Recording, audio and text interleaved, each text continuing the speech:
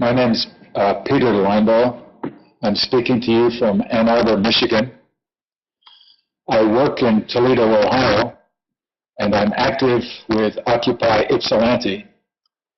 So I'm really speaking to you from the Great Lakes region of North America, a region threatened by social and natural events in dastardly combination.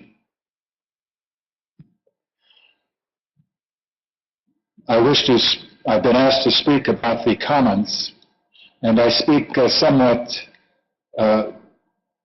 with modesty as a historian and with gratitude to the previous speakers who have consistently looked towards the future.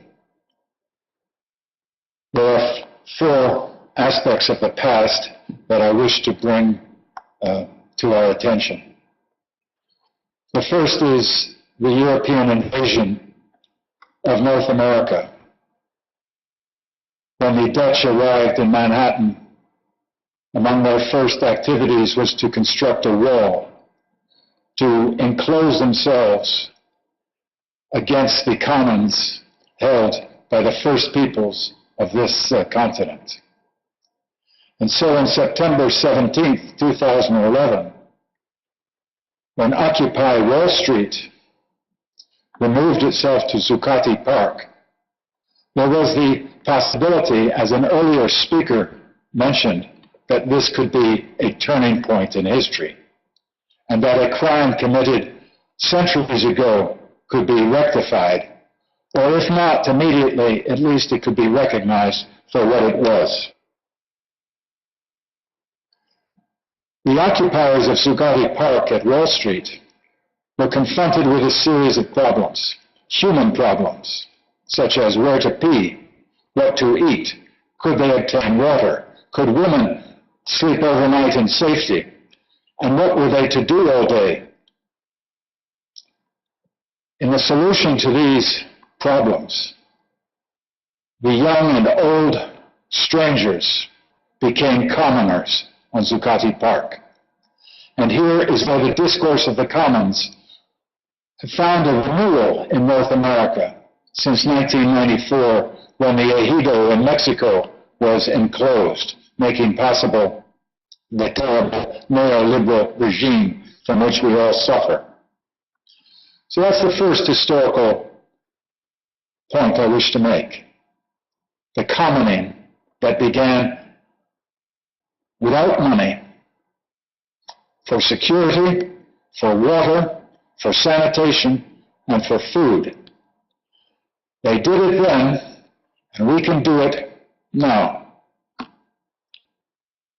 This is why the police and Mayor Bloomberg had to crush it. They destroyed the library, they destroyed the musicians, they destroyed the camp. They destroyed our commons, the first forms of human settlement. While we were discussing the earlier speakers, one of our own speakers brought forth the word jubilee in gratitude to the student struggle and the speaker from New York who brought that struggle to us. The ancient jubilee for the return of land to its original owners, for the freedom of slaves and those held in servitude, for the forgiveness of debt for those in debt, for the land to be held in fallow, to be renewed, and for a year of no work. Give ourselves, give the earth a rest. Perhaps after a year of silence, of no work, a green year, we can then begin the discussions that we need.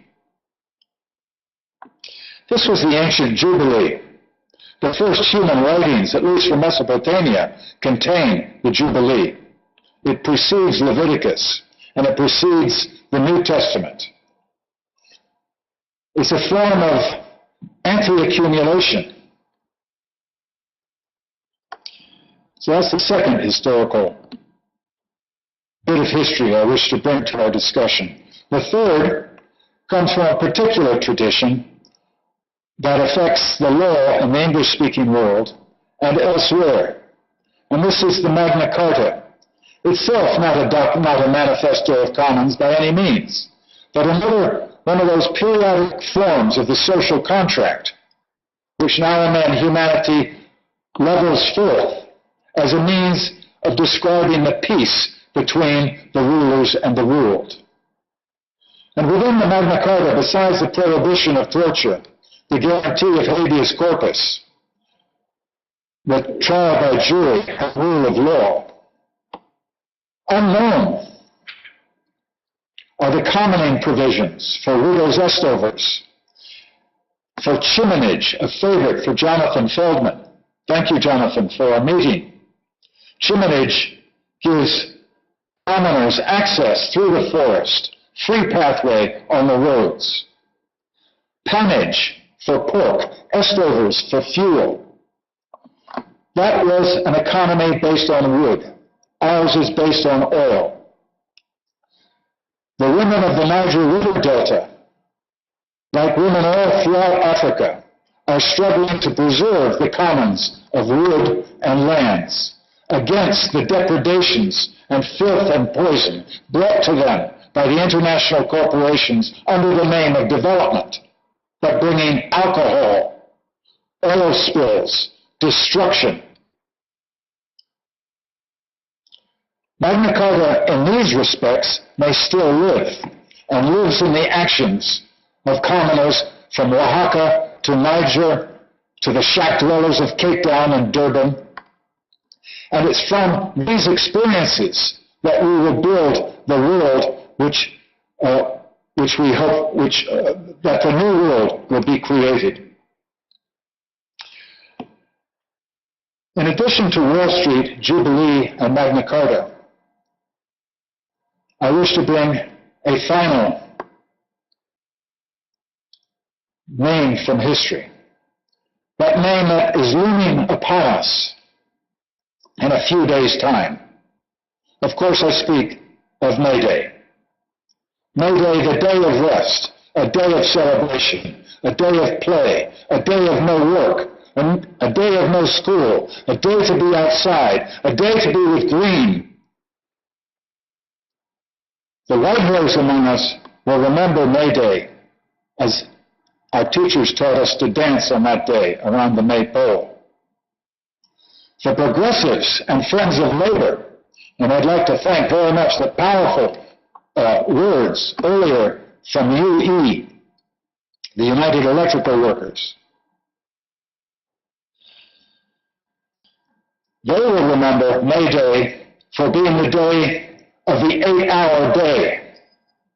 8 hours work, 8 hours rest, and 8 hours play was the slogan in 1886 of those who fought for 8 hours, for a national May Day strike. And they were mowed down, were assassinated by the robbing, thieving, slaving robber barons of the USA. And so it's on that note of May Day and the reclamation of our commons, the reclamation of our green, and the reclamation of our red. For our new world is not going to be created without struggle. Is that enough?